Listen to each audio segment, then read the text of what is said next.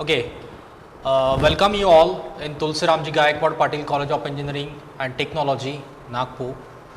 I, Professor Ganesh Vakte, working in electrical department, and today we are going to discuss about electrical machines.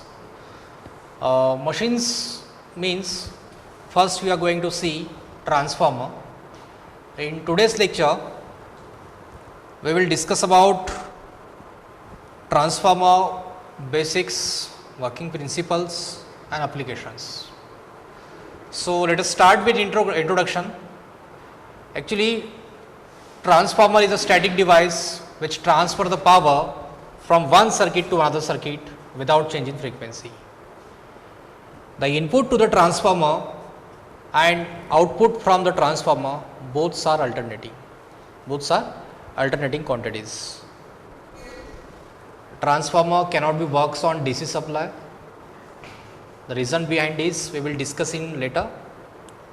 As everyone knows, electrical energy generated and transmitted at extremely high voltage. The voltage is then to be reduces to a lower value for its domestic and industrial use, and this is done by using transformer. So let us start. The power transmission system using the transformer is shown in the figure as here. The transformer, which is between the generating stations and the distribution systems. Generally, the generating stations and loads stations are located away from each other. The reason behind that, the site selection for the generating stations should be near to coal mines, if I am talking about thermal power plant. Therefore, most of the generating stations, thermal power stations are in Vidarbha region. So it is necessary to step up that voltage, then transmit it, again that step down that voltage and that provide to consumers by using distribution systems. When the transformer changes the voltage level, it changes the current level also. For your kind information, the relation between the voltage and currents are inverse. If suppose it is a step up voltage transformer, then it is called as step down current transformer. That means what? If you are going to increase the voltage, obviously the current will be reduces. But in transformer, frequency remain constants. So this is the basic principle of the transformer. Primary winding is connected to the single phase AC supply. There are two windings. One is primary winding and the second one is secondary winding. The winding which is connected to the supply is called as a primary winding, and the winding which is connected at load side is called as a secondary winding. And both the windings are wound on laminated core or core, and the core is made up of silicon steel. It is recommendations from the manufacturer, the core should have high permeability and low reluctance material. That means what? There should not be any opposition for a flux. There should be a low reluctance material, and this is done by using silicon materials or silicon steel material. Now, this is the basic principle of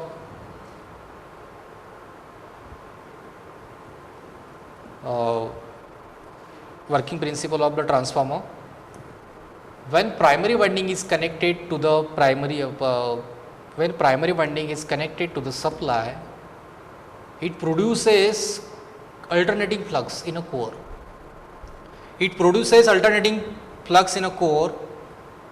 Most of this linking flux get links with secondary winding through the core. Means what? AC current will produce flux and that flux will be linked with your core. The varying flux will induce the voltage into the secondary winding according to Faraday's law of electromagnetic inductions. That means what? All these things will happen according to only Faraday's law. Similarly, the voltage level changes, but frequency, that is time period, remains same. That means what? It is already discussed in a definition. Transformer is a static device which transfers the power only without change in frequency. Okay, and it is a very important and interesting part is there is no electrical connections between the primary winding and secondary winding. That means what? Both the windings are electrically separated, isolated. Then some people may have a doubt how current will flow from primary winding to secondary winding without electrical connections, physical connections. This will be happen only due to Faraday's law of electromagnetic inductions and due to varying flux due to alternating currents. So, there is no electrical contact between the two windings and electrical energy get transfer from primary to secondary side. So, here simple transformer consists of electrical conductors called as primary winding and secondary winding. Energy is coupled between the winding by the time varying magnetic flux that passes through the links both primary and secondary windings. Yes, it's a very important factor. Can the transformer operates on DC supply? Answer will be a no. The reason behind that is the transformer action does not take place with direct current or constant magnitude, because DC primary current flux produces in the core is not alternating, it have a constant magnitude. So, as there is no changes in the flux, flux linkages with secondary, therefore there will be a zero EMF induced in a secondary winding. Minus N d phi by dt according to Faraday's law. If DC supply is applied to the primary, then there is a possibility of transformer core saturation, or transformer core will be saturated. If the core is saturated, primary will draw very high current, therefore application of DC should be avoided. In last, we cannot use transformer on DC supply. Okay. According to constructions, according to nature of supply, there are different types of transformer. So, we are going to discuss here about according to construction. Okay.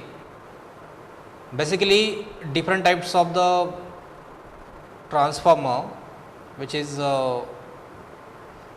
according to windings and core details. The first one is a core type, second one is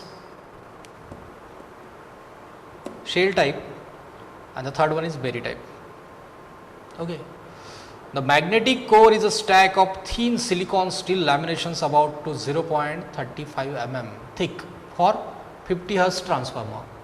I have already told you to reduce the eddy current losses. To reduce eddy current losses, we have to use laminated core and both laminated strip, which is separated by using some insulating media or material. In this transformer, we are generally going to use varnish. Okay. So, this is the core type transformer. Now, you can see in core type transformer, there are two limbs. Limbs means leg of the transformer. Okay, there are two limbs, one window, and there are two windings. Both the windings are separated Okay, there is no electrical connection between both windings. Primary winding is connected to supply side, secondary winding is connected across the load. So here we can say here the primary winding and the secondary winding are wound on separate legs. Okay, then there is only one window, therefore there will be a better cooling here. Cooling action will be a better in this core type transformer, and the maintenance also is easy as both windings are separated, so we can remove any damages part of the winding easily, and the cooling is more is due because winding exposes in the atmosphere, therefore there will be a better cooling. Similarly, we are going to see a shell type transformer. Yes, what is the difference between the shell type transformer and core type transformer? Yes, the core which is made up of silicon steel, yes, which is also laminated, here also is laminated.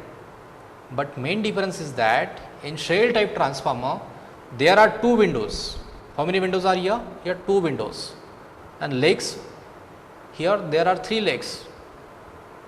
Left hand side central limb and limbs, you can say limbs, there are three limbs, and the main difference is both primary as well as secondary winding which is wound on central limb only. Both windings wound on central limb. So here generally it is a recommendations that low voltage winding will be a near to core, then after that there will be a second winding, and this is the winding type will be a sandwich type. Okay, there are sandwich type winding. So let us discuss about comparison between the core type transformer and shell type transformer. The core has only one window, I have already told you. Shell type transformer has two windows. And the second thing is, in core type transformer, the winding on two separate legs, two separate limbs, but in shell type transformer both windings are on one limb. Okay, the winding type is in core type is cylindrical, and in shell type sandwich type winding are used. And the most important point in core type transformer, due to separation between the primary and secondary winding, means physical separations, there is some space, so we can repair winding easily in core type transformer. That means what? In final we can say the repairing in core type transformer will be easy, but similarly in shell type transformer, due to compactness, due to sandwich type winding, there will be a repairing is not easy. And last point is cooling. In core type transformer, cooling will be a more better as the winding surface is more exposed to the atmosphere. This is the one reason why core type transformer there will be a better cooling, because both windings are exposed in atmosphere, so that's why there will be a more cooling. Is similarly as in shell type transformer, there is no better cooling as both the windings are in compact nature. So this was the comparison between the core type transformer and shell type transformer. So in next, construction, it's a very important factor. As you मैंने यहाँ पे आप लोग देख सकते हो कि constructions of a transformer which is very different as जो हमने पहले फिगर्स जो देखे कोर टाइप और शेल टाइप का. So here the most important part of the transformer is winding and core. Core is a electrical circuit, core is a magnetic circuit, and winding is a electrical circuit. So therefore both this windings and core is a more important parts of the transformer. Some other parts such as suitable tank, conservator, bushings, breathers, explosion vent, etc. are used also along with the core windings.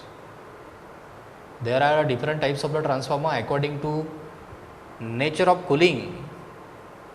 Okay, this is the oil immersed transformer. In this transformer, oil is used to reduce the temperature as a cooling media. But in this transformer, the oil insulating transformer oil is used for two purposes. The first purpose is as the insulations between live conductors. Similarly, for insulations for the windings as well as cooling for the transformer. How cooling will take place here? Due to natural and convection, due to heat produces in this transformer, that heat will be dissipated in the atmosphere with the help of this oil, and the oil will be circulated in a tubes. When this heated oil comes in contact with the atmospheric air, then it becomes cooled. Again this cycle will be repeated, and this is due to there is no circulating pump to circulate this hotted oil to tank. Okay, this will take place only natural and convection. So these are some applications, very important applications of the transformer. The first application is to step up the voltage. Why there is need of step up the voltage? Yes, the first reason is to reduce the losses. Second, step down purpose. Then why there is a need of step down the voltage? As already we have step up the voltage, that means we have to reduce up to your application level. Okay, consumer level. Then second application is measurement of current in a single and three phase system. Sometimes transformer can be used as a measuring instruments, measuring transformers, just like as a CT and PT. CT means what? Current transformer. Current transformer means in current transformer, with the help of current transformer, we can measure high current with small amount of your small standard size of your ammeter. Means it is possible to measure the high current by using standard ammeter also with the help of CT. Similarly, potential transformer. Also, the extension range can be done by using the CT and PTs. These are all about the applications, working principle and constructions of the transformer. So in next video, we will discuss about how EMF induced in a transformer, what is the relation between the primary voltage and secondary voltage, what will be the relation between the fluxes and voltages. Okay, this whole theory we will be discussing next unit. So thank you very much for listening this video.